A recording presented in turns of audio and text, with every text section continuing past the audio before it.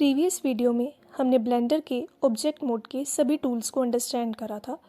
अब आते हैं सबसे इंटरेस्टिंग पार्ट पर, edit mode. Edit mode blender में 3D मॉडल्स को, 3D ऑब्जेक्ट्स को कस्टमाइज़ करने में हेल्प करता है। सबसे पहले ब्लेंडर के इंटरफेस को समझ लेते हैं। ब्लेंडर में सबसे पहले हमारे पास आता है 3D view port. 3D view port object and camera and light ये सब कंटेन करता है, जो कि 3D मॉडल्स को एक सर्टेन एंगल्स पे मूवमेंट के लिए हेल्प करता है। देन हमारे पास आउटलाइनर आता है, जिसे हम सीन कलेक्शन बोलते हैं, जिसके अंदर हमारे पास camera, light and object contain होता है। देन हमारे पास प्रॉपर्टीज़ का ऑप्शन आता है। ब्लेंडर में डिफरेंट प्रॉपर्टीज़ हैं, जो कि डिफरेंट टूल्स में यूज़ की जाती है अलग अलग ऑब्जेक्ट की मॉडिफिकेशन और इन्हेंसमेंट के लिए। देन हमारे पास प्लेबैक स्पीड या एनिमेशन टाइमलाइन आती है, जो कि हमारी रेंडरिंग में हेल्प करती है, जो कि हम की फ्रेम्स को ऐड करके जो है क्रिएट करते हैं। ब्लेंडर के इंटरफेस को कैसे चेंज करें? ब्लेंडर के इंटरफेस को चेंज करने के लिए हमने जो ये तीनों चीज़ सीखी है, 3D view port, outliner and properties, इन तीनों को हम चेंज कर सकते हैं बिकॉज इन तीनों की डिफरेंट विंडोज़ होती है एंड हम किसी भी विंडो में किसी को भी ला सकते हैं। अभी हमने 3D व्यू पोर्ट की विंडो में आउटलाइनर लेकर आए हैं एंड देन आउटलाइनर की विंडो में हम 3D व्यू पोर्ट को ले आए। इस तरीके से हम जो है इनकी मूवमेंट को, इनकी विंडोज़ को चेंज कर सकते हैं। अब डिफ़ॉल्ट सेट कर लेते हैं, इसे वापस आउटलाइनर में कन्वर्ट कर लेते हैं एंड देन विंडो को हम अपने तरीके से कस्टमाइज़ कर सकते हैं। जितना भी हमें एरिया ऑक्यूपाई करने के लिए चाहिए एक विंडो में, उतना हम उसे दे सकते हैं। देन हम इसे 3D व्यू पोर्ट में ही सिलेक्ट कर लेते हैं। अब हम 3D व्यू पोर्ट के अप कॉर्नर वाली विंडो पे जाएंगे एंड हमें यहाँ पे एक प्लस का आइकन शो हो रहा है, इसे हम लेफ़्ट की तरफ ड्रैग कर लेंगे एंड नीचे से ऊपर की तरफ ड्रैग कर लेंगे। तो यहाँ पे हमारे पास 3D व्यू पोर्ट की 2 विंडो जो है वो हमें और शो हो रही है। तो ऐसे हम मल्टीपल विंडोज़ जो है वो क्रिएट कर सकते हैं 3D व्यू पोर्ट की। अब हम इधर जाएंगे, हमारे पास एक लाइन का सिंबल आएगा। देन हम राइट क्लिक करेंगे एंड जॉइन राइट की तरफ क्लिक करेंगे, नीचे भी हम जॉइन डाउन की तरफ क्लिक करेंगे, तो ये हमारा एक ही विंडो में कन्वर्ट हो गया। अब ब्लेंडर में सब व्यूज़ को देख लेते हैं। सबसे पहले हम अपने क्यूब को डिलीट कर देते हैं एंड एक न्यू ऑब्जेक्ट मंकी को ऐड कर लेते हैं। अब हम इसे डिफरेंट एंगल से देखेंगे। अगर हमें फ्रंट व्यू से देखना है देन नंपैड पे 1 प्रेस करेंगे। बैक व्यू से देखना है control plus numpad 1, right view numpad 3, left view control plus numpad 3, top view numpad 7, bottom view control plus numpad 7, camera view numpad 0, perspective view numpad 5। Perspective view एक view होता है between flat and 3D figures. ये सारे जो views है वो blender में working करने में बहुत ज़्यादा हेल्प करते हैं एंड इसकी शॉर्टकट्स भी बहुत ज़्यादा इंपॉर्टेंट है। अगर किसी के लैपटॉप में या किसी के कीबोर्ड में नंपैड जो है वो इनेबल नहीं हो रहा, देन हम एडिट पे जाएंगे, प्रेफरेंसेस पे जाएंगे एंड देन एक ऑप्शन होता है एमुलेट नंपैड का, उस पर क्लिक करेंगे तो हमारा जो नंपैड है वो चलने लग जाएगा। अब देखते हैं ब्लेंडर में ओरिएंटेशन। ब्लेंडर में डिफरेंट टाइप्स ऑफ ओरिएंटेशन होती है, बट हम इस वीडियो में 2 ही ओरिएंटेशन को कवर करेंगे बिकॉज यही सबसे मेजर ओरिएंटेशन है, ग्लोबल एंड लोकल। इसके लिए हम सबसे पहले एक क्यूब ले लेते हैं, शिफ्ट डी से उसे डुप्लीकेट करेंगे एंड ऐसे ही हम 4 क्यूब ले लेते हैं एंड उसे अलाइन कर लेते हैं एक साथ। मूव करते हैं उसे अलग अलग एक्सिस पे एंड हम अलाइन कर लेते हैं एक बार।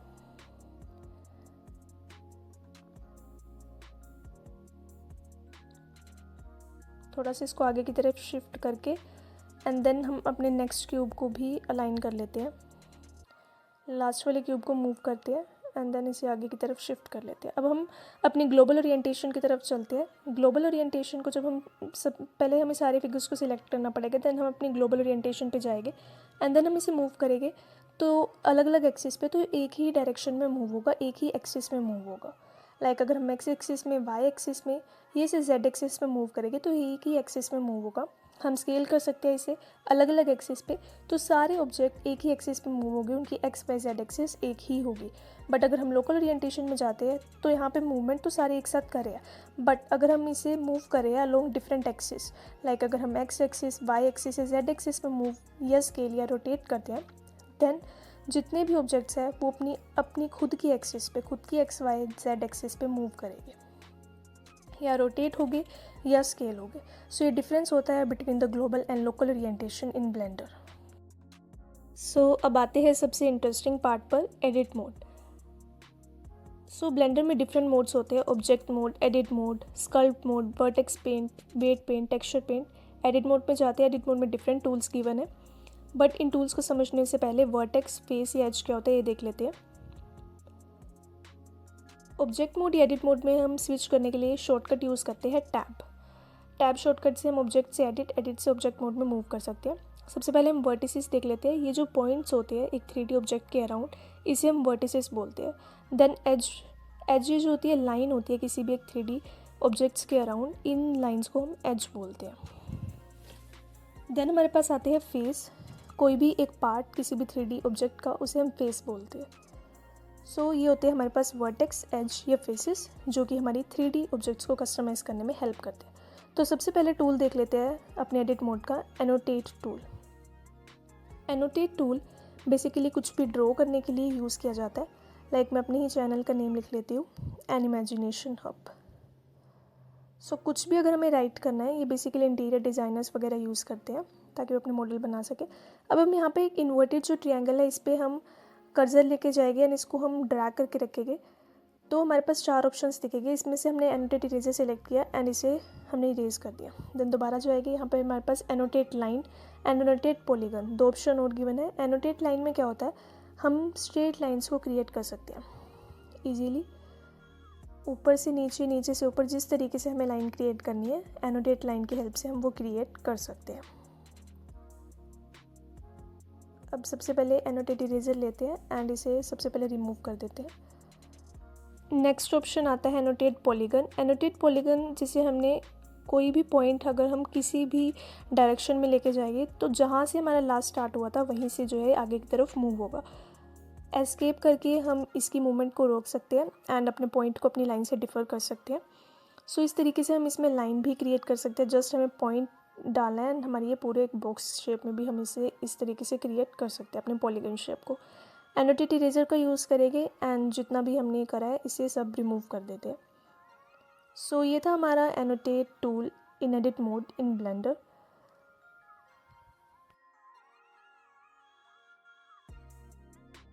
नेक्स्ट है measure tool. So measure tool basically measurement के लिए यूज़ किया जाता है। इसमें हम किसी भी 3D ऑब्जेक्ट की लेंथ, ब्रेथ, रेडियस, डायमीटर जो भी हमें मेज़र करना है तो हम मेज़र कर सकते हैं।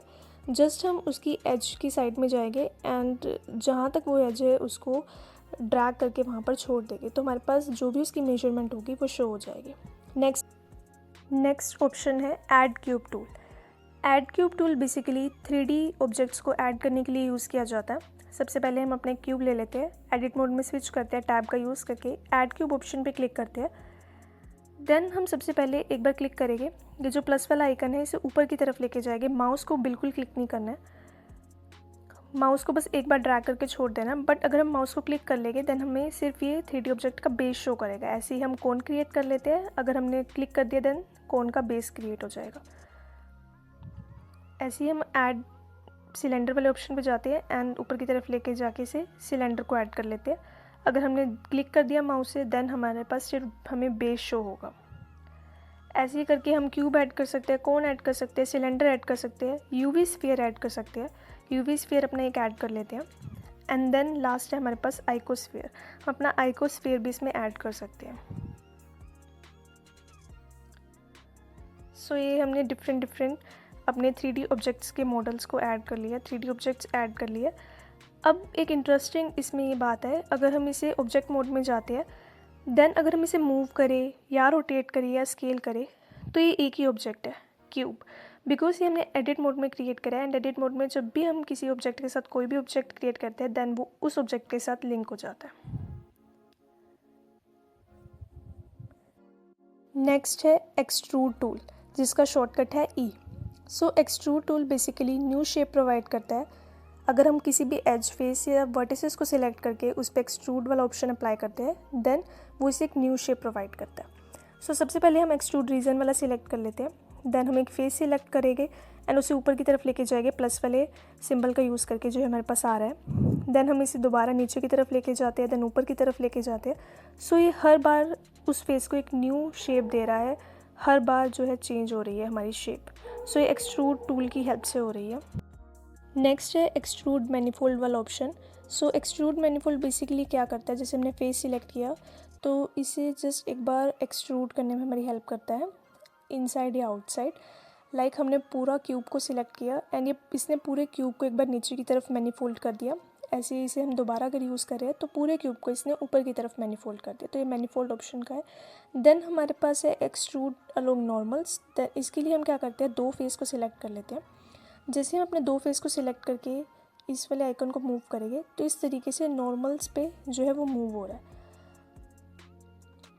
बट अगर मैं एक्सट्रूड रीजन पे देखते हैं इसे कैसे मूव हो रहा है, तो एक बार मूव हुआ, देन हम इसे अंदर की तरफ मूव किया, दोबारा मूव हुआ, तो हर बार जो है एक्सट्रूड हो रहा है। अगर इसे हम मैनिफोल्ड में जाके देखें, देन मैनिफोल्ड में ये अपने आप से पूरे इस ऑब्जेक्ट को अंदर की तरफ लेके जा रहा है, देन पूरे ऑब्जेक्ट को बाहर लेके जा रहा है। इस तरीके से मैनिफोल्ड कर रहा है एक ऑब्जेक्ट को। देन है एक्सट्रूड इंडिविजुअल। इसमें क्या होगा, हर फेस, हर वर्टिसेस, हर एज इंडिविजुअली जो है एक्सट्रूड होगी। या तो अंदर लेके हमें इसे जाना हो या हमें बाहर लेके जाना हो तो वो ईजिली एक्सट्रूड हो जाएगी। देन हमारे पास है एक्सट्रूड अलोंग कर्सर का ऑप्शन। ये जो है 3D कर्सर के अलोंग फिगर को, जो भी हमने सिलेक्ट किया फेस को, उसको एक्सट्रूड करेगा। नेक्स्ट टूल है इंसर्ट फेसेस टूल, जिसकी शॉर्टकट है आई। इंसर्ट फेसेस टूल बेसिकली एक टूल है जो कि फेसेस के अंदर फेसेस क्रिएट करने में हेल्प करता है।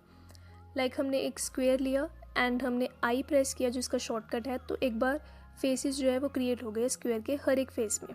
बट अगर हमें इस फेस के अंदर फेसेस क्रिएट करने हैं, देन हम मल्टीपल टाइम्स आई प्रेस करेंगे। जितने भी हमने फेसेस क्रिएट करने हैं तो मल्टीपल टाइम्स जो है फेसेस क्रिएट हो गए हैं inside a square, inside all faces of a square.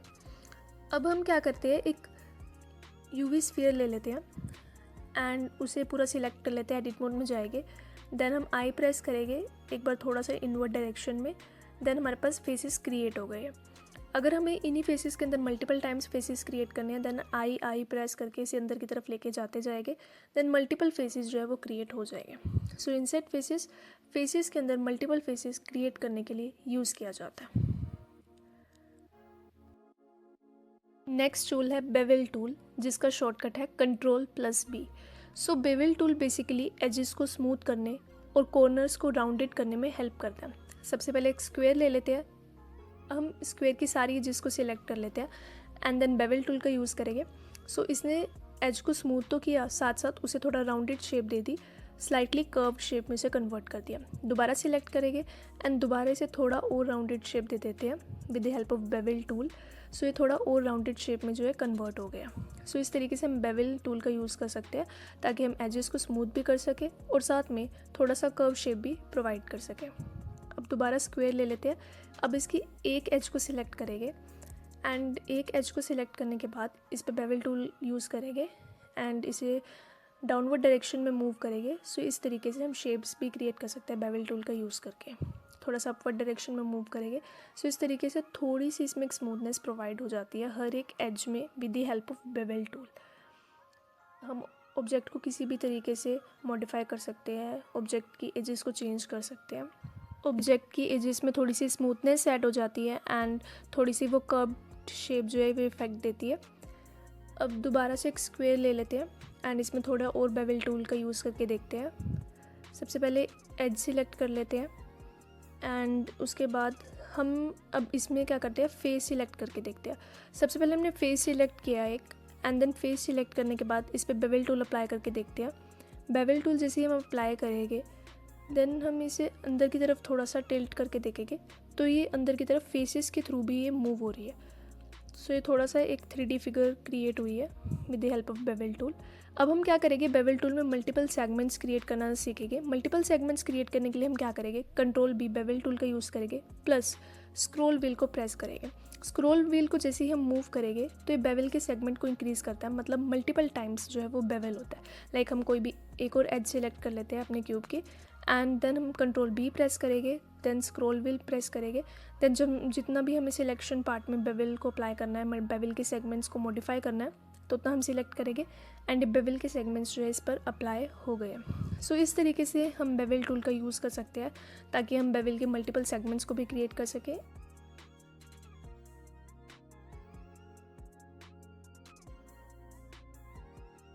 So next है लूप कट टूल, जिसका शॉर्टकट है Ctrl+R। सो लूप कट टूल बेसिकली किसी भी 3D ऑब्जेक्ट्स में लूप क्रिएट करने में हेल्प करता है। इसकी हेल्प से हम horizontal and vertical loops create कर सकते हैं।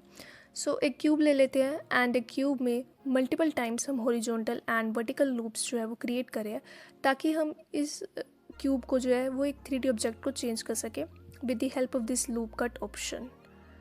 सो हम किसी भी 3D फिगर को इस लूप कट की हेल्प से उसमें मल्टीपल टाइम्स जो है वो लूप क्रिएट कर सकते हैं। नेक्स्ट टूल है नाइफ टूल, जिसका शॉर्टकट है के। नाइफ टूल बेसिकली मैनुअली किसी भी 3D ऑब्जेक्ट को कट या उसके अंदर शेप्स क्रिएट करने में हेल्प करता है।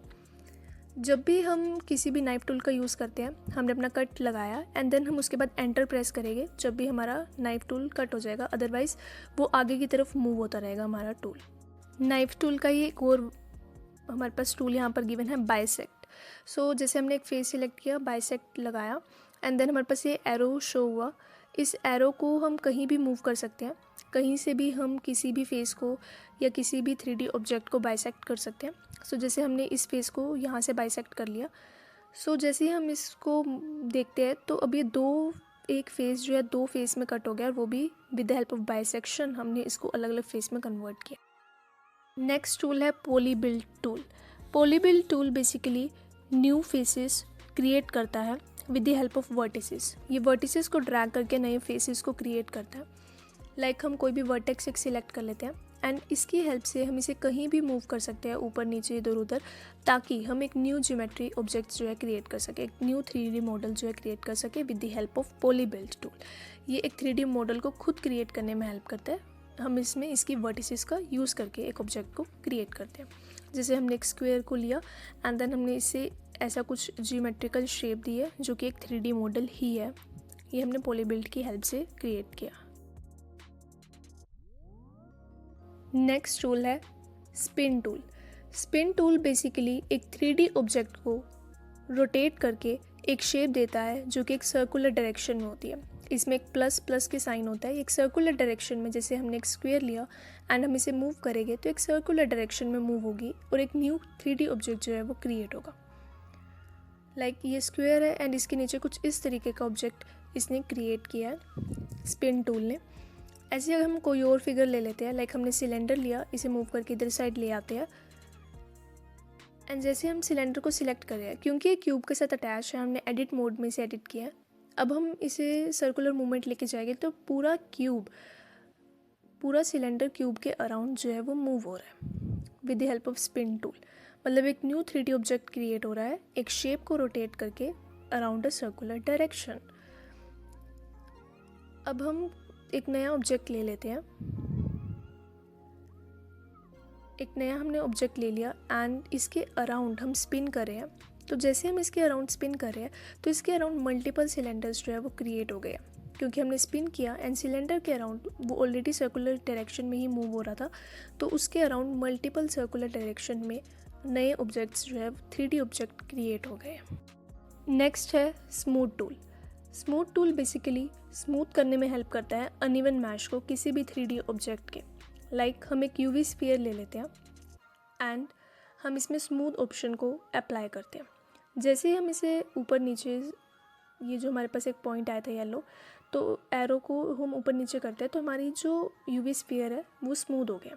इसकी थोड़ी थोड़ी हर एक फेसेस जो है, क्योंकि हमने फेसेस सिलेक्ट करे थे तो हर फेसेस जो है इसके स्मूथ हो गए हैं। थोड़ा और स्मूथ करके देखते हैं इसे।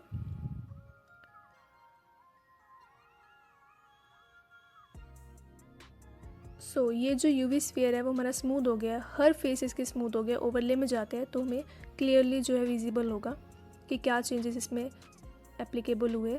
देन एक हमारे पास स्मूथ के बाद रैंडमाइज का ऑप्शन है। रैंडमाइज में हर फेस को रैंडमाइज अपने तरीके से जो है स्मूथ करने का ट्राई करेगा।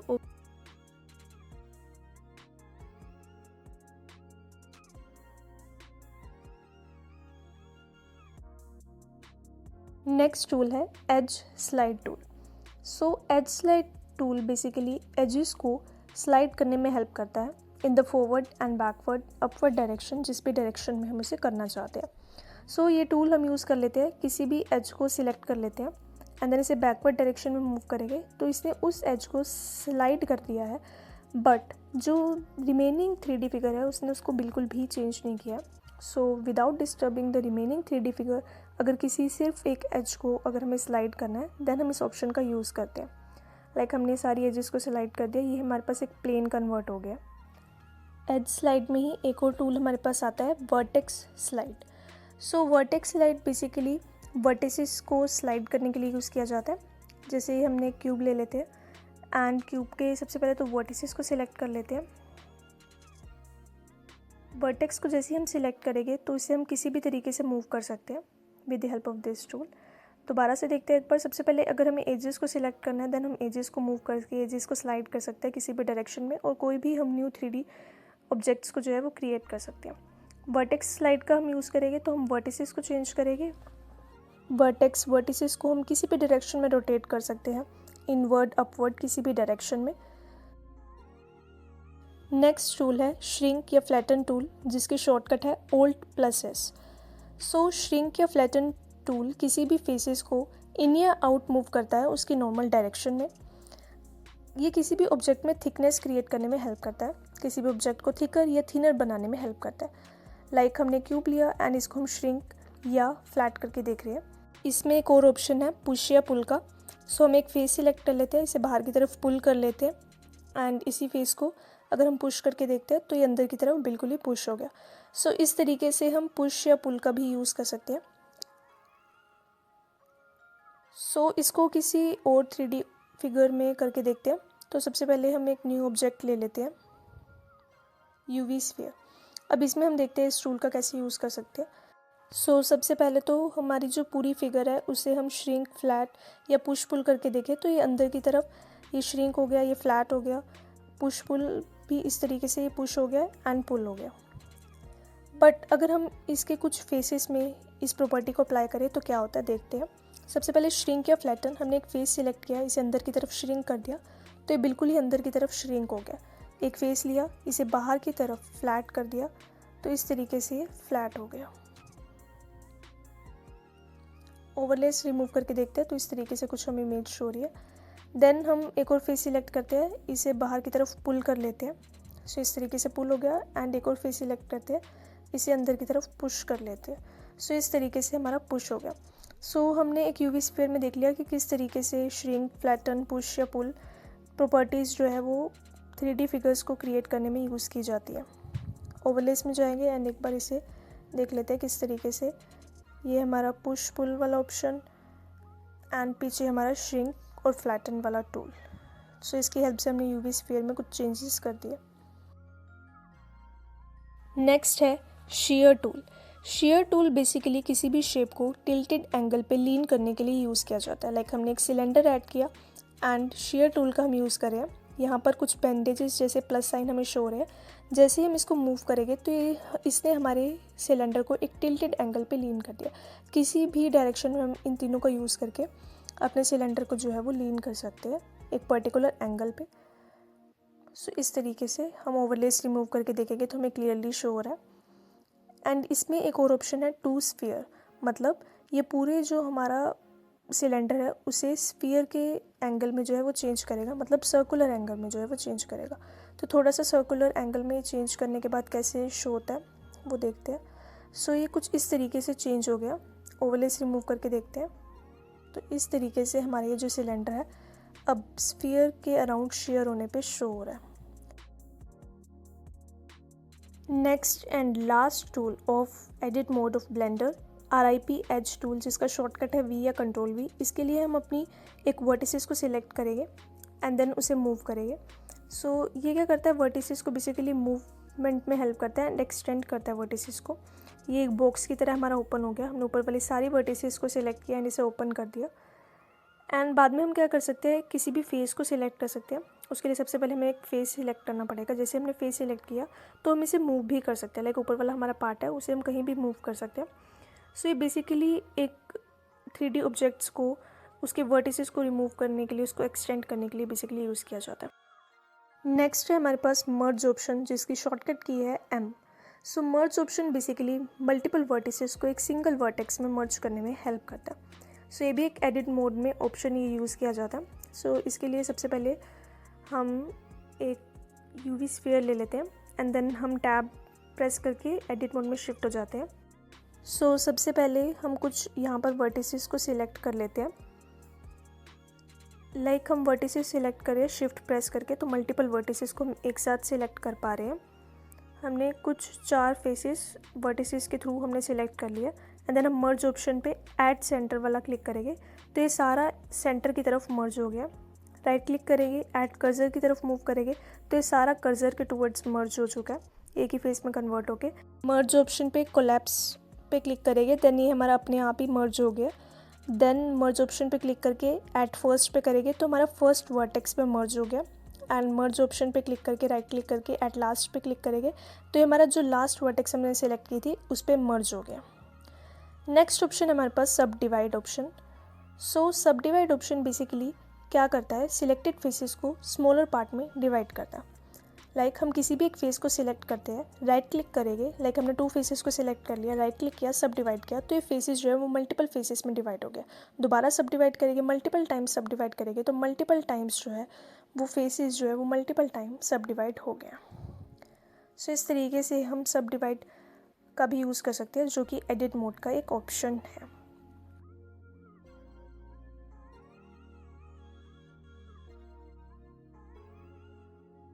फेसेस को सिलेक्ट करने के लिए अलग अलग हमारे पास शॉर्टकट्स हैं।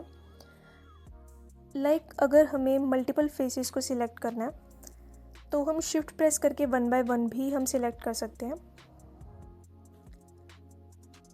अगर हमें एक लूप को सिलेक्ट करना है देन ओल्ड प्रेस करेंगे एंड राइट साइड पे हम क्लिक करेंगे देन हमारा एक लूप सिलेक्ट हो जाएगा। अगर मल्टीपल लूप्स को सिलेक्ट करना है देन हम शिफ्ट के साथ ओल्ड प्रेस करके किसी भी लूप का एक जो फेस है उसको सिलेक्ट करेंगे तो ऐसे ही हमारे पास मल्टीपल लूप्स जो है सिलेक्ट हो जाएंगे। ऐसे ही हम टॉप टू राइट सिलेक्शन भी कर सकते हैं, लेफ़्ट टू राइट सिलेक्शन भी कर सकते हैं। अगर हमें एक फेस के अराउंड सिलेक्शन करनी है तो एक फेस सिलेक्ट करेंगे एंड कंट्रोल प्लस प्रेस करेंगे तो ये हमारा एक फेस के अराउंड जितने भी फेसेस है वो सब सिलेक्ट हो रहे हैं बिकॉज ये एक फेस के अराउंड सिलेक्शन है। इन्वर्टेड सिलेक्शन में क्या होता है, हम किसी भी फेसेस को सिलेक्ट करेंगे एंड कंट्रोल आई प्रेस करेंगे तो उस फेसेस को छोड़ के जितने भी फेसेस रिमेनिंग है वो सब सिलेक्ट हो जाएंगे। देन एक हमारे पास चेकर डीसिलेक्ट ऑप्शन होता है जो अल्टरनेट सिलेक्शन पे हम सिलेक्ट पे जाके अल्टरनेट सिलेक्शन पे जाएंगे तो चेकर डीसिलेक्ट में क्या होता है, एक सिलेक्ट होता है एक अनसिलेक्ट होता है। अगर हमें किसी भी एक सेपरेट करना है फेस को देन हम बाई क्लिक करेंगे, उसकी सबसे पहले वर्टिसेस को सिलेक्ट करने के बाद या फेस को सिलेक्ट करने के बाद तो हमारा जो एक फेस है वो सेपरेट हो जाएगा। बट अगर हमारा वो फेस जो है डिलीट हो गया एंड हमें उस फेस की जो जगह है उसे फिल करना है, उसके लिए सबसे पहले हम एक एज को सिलेक्ट करेंगे। एज को सिलेक्ट करने के बाद हम जैसे फेस जहाँ पे भी हमने ऐड करना है तो उसके सारे फेसेस को हम सिलेक्ट कर लेंगे शिफ्ट प्रेस करने के बाद एंड F प्रेस करेंगे तो जो हमारा फेस है वो फिल हो जाएगा। इसके लिए हमें सारी वर्टिसेस एक फेस की सिलेक्ट करनी पड़ेगी तभी वो सारा जो है वो फिल होगा। शिफ्ट प्रेस करके हम ऑल वर्टिसेस को सिलेक्ट करेंगे, F प्रेस करेंगे तो वो हमारा हो जाएगा। Now it's project time. So हम एक टेबल लैम्प क्रिएट करेंगे। सो उसके लिए हमने सबसे पहले क्यूब ले लिया, देन हम टैब प्रेस करके एडिट मोड में शिफ्ट हो जाएंगे। एडिट मोड में जाने के बाद सबसे पहले हम वर्टेक्स सिलेक्ट करेंगे एंड जो हमारे ऊपर वाली वर्टेक्सेस हैं हम उनको शिफ्ट प्रेस करके सिलेक्ट कर लेंगे, चारों वर्टिसेस को सिलेक्ट कर लेंगे एंड देन हम G+Z प्रेस करेंगे, मतलब हम मूव करेंगे in the Z direction in the upward हम Z डायरेक्शन में उसे मूव करेंगे, थोड़ा सा ही मूव करेंगे, ज़्यादा मूव नहीं करेंगे। सो हमने थोड़ा सा इसको एक डायरेक्शन दे दिया। उसके बाद हम फेस को सिलेक्ट करेंगे एंड देन हम इसके क्यूब के बॉटम वाले फेस पे जाएंगे। बॉटम वाले फेस पे जाने के बाद हम एक्सट्रूड ऑप्शन का यूज़ करेंगे। एक्सट्रूड ऑप्शन का यूज़ करके हम इसे इनवर्ट डायरेक्शन में एक्सट्रूड करेंगे। सो ये क्यूब से कुछ लैंप के जो अपर पार्ट होता है उसका कुछ थोड़ा बहुत ऑब्जेक्ट की तरह वो लग रहा है। एंड अब इसके बाद हम क्या करेंगे, सबसे पहले हम इसमें एक बार तो ओवरलेस को रिमूव करके एक बार देख लेते हैं कि कैसा हमारी ये फिगर लग रही है। उसके बाद हम ओवरलेस को ऐड कर लेते हैं एंड देन हम लूप कट का ऑप्शन यूज़ करते हैं। इसमें हम हॉरिजॉन्टल एंड वर्टिकल लूप्स जो है वो अप्लाई करेंगे एंड देन हम आई प्रेस करेंगे एंड हम अपने फेसेस को इंसर्ट करेंगे। यहाँ पर हमारे वर्टिकल लूप कट तो लग गया, हॉरिजॉन्टल रह गया, तो सबसे पहले कंट्रोल Z करके एक हॉरिजॉन्टल लूप जो है लगा लेते हैं। सबसे पहले अंडू कर लेते हैं अपने एक्शंस को एंड देन हॉरिजॉन्टल लूप जो है इसमें ऐड कर लेते हैं। हॉरिजॉन्टल लूप ऐड करने के बाद आई प्रेस करेंगे एंड इंसर्ट कर देंगे अपने सारे फेसेस को इनसाइड। तो जैसे हमने इंसर्ट कर दिया तो कुछ इस तरीके की हमारे पास ये फिगर जो है वो क्रिएट होके आ गई है। कुछ इस तरीके का ऑब्जेक्ट हमें दिख रहा है। अब सबसे पहले तो इसे थोड़ा सा स्मूथ करेंगे बिकॉज ये बिल्कुल ही शार्प कॉर्नर्स है इसके। तो हम बेवल अप्लाई करेंगे। पूरा सिलेक्ट करने के बाद इस पर बेवल अप्लाई करके इसे थोड़ा इनवर्ड डायरेक्शन की तरफ लेके जाते हैं। तो कुछ इस तरीके से थोड़ा सा इसमें चेंजेस हमें शो हो रहे हैं। थोड़ा सा स्मूथ हो गया एंड थोड़ा सा इसमें ऑब्जेक्ट भी हमें ठीक लग रहा है अब देखने में। सो अब हम एक यूवी स्फीयर ऐड कर लेते हैं शिफ्ट ए प्रेस करके। यूवी स्फीयर ऐड करने के बाद सबसे पहले तो हम इसे मूव करेंगे in the Y direction, then हम इसे स्केल करेंगे in the Y and X direction.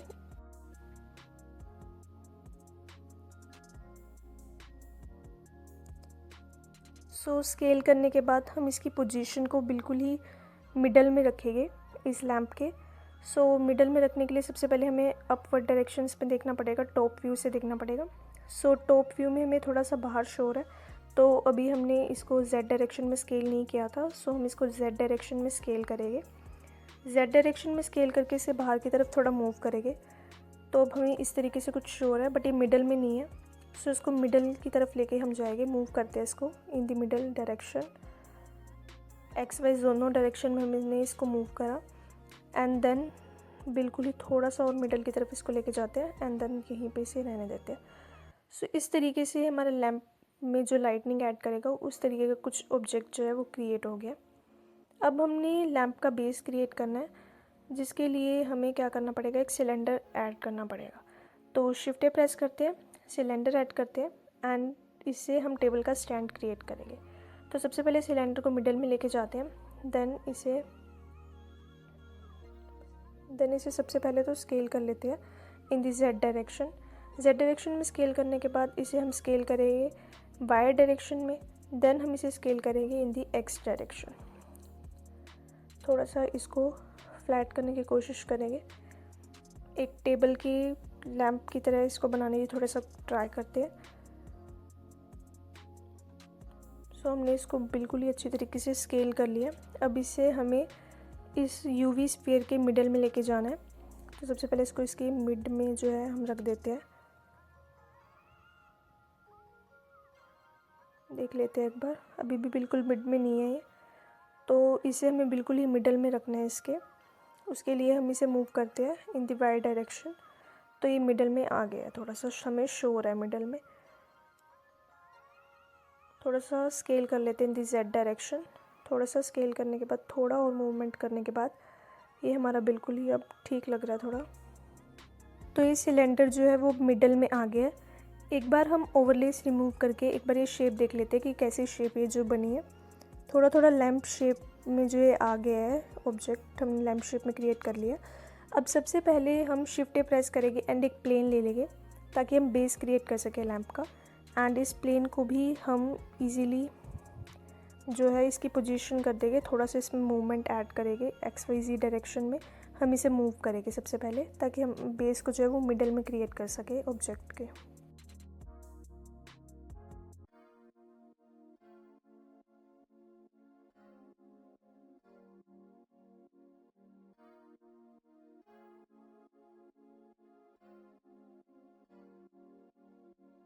अब हम इस मॉडल में कलर ऐड करेंगे क्योंकि हमने ये वाला जो ऑब्जेक्ट है वो एडिट मोड में बनाया है। सो एडिट मोड में ये जो ऑब्जेक्ट है वो सारा इंटरलिंक्ड है, तो इसलिए एक ही कलर हमें शो होगा। तो सबसे पहले हम 2 3D व्यू पोर्ट ले लेते हैं एंड अपने कैमरा व्यू के जो एंगल है उसे थोड़ा सा सिलेक्ट करके कैमरा को मूव करके थोड़ा सा इसको एंगल को ठीक कर देते हैं कैमरा के, ताकि हमें पूरा ऑब्जेक्ट जो है वो शो, क्योंकि एट लास्ट हमें जो इमेज है वो रेंडर करनी है। सो इसके बाद हम रेंडरिंग पे जाएंगे एंड देन हम मटेरियल वाली प्रॉपर्टी पे जाएंगे, कलर्स प्रॉपर्टी पे। कलर प्रॉपर्टी पे जाने के बाद हम बेस कलर में जाएंगे एंड देन बेस कलर में कलर सेलेक्ट कर लेंगे। सबसे पहले तो पूरे ऑब्जेक्ट को सिलेक्ट करके देन हम एक कलर सेलेक्ट कर लेंगे। कलर सेलेक्ट करने के बाद हम मेटेलिक ऑप्शन को 5 रख देते हैं एंड रफनेस को 2 रख देते हैं। सो ये हमारे कुछ इस तरीके से जो है हमारा ऑब्जेक्ट जो है इस तरीके से कुछ रेंडर होगा। अभी इसमें हमारा जो कलर है वो थोड़ा ब्राइट शो रहा है बिकॉज इसमें कैमरा लाइटनिंग ऐड है, हम रेंडरिंग व्यू में है। बट अगर हम शेडिंग व्यू में जाएंगे तो ये जो कलर है थोड़ा डल हो जाएगा। तो सबसे पहले तो रेंडरिंग में देख लेते हैं कि किस तरीके से हमें शो हो रहा है।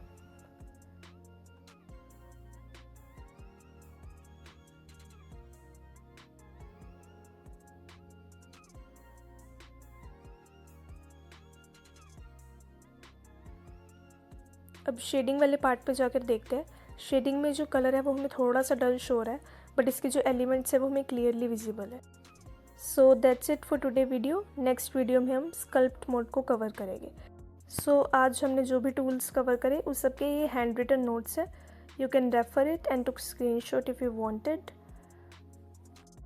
ये नोट इन शॉर्ट है एंड टू दी पॉइंट है।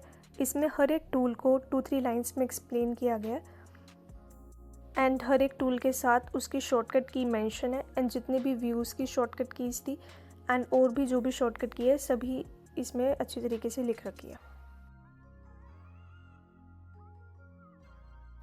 So that's it from my end. See you on the next day 3 of 30 days challenge. Bye bye.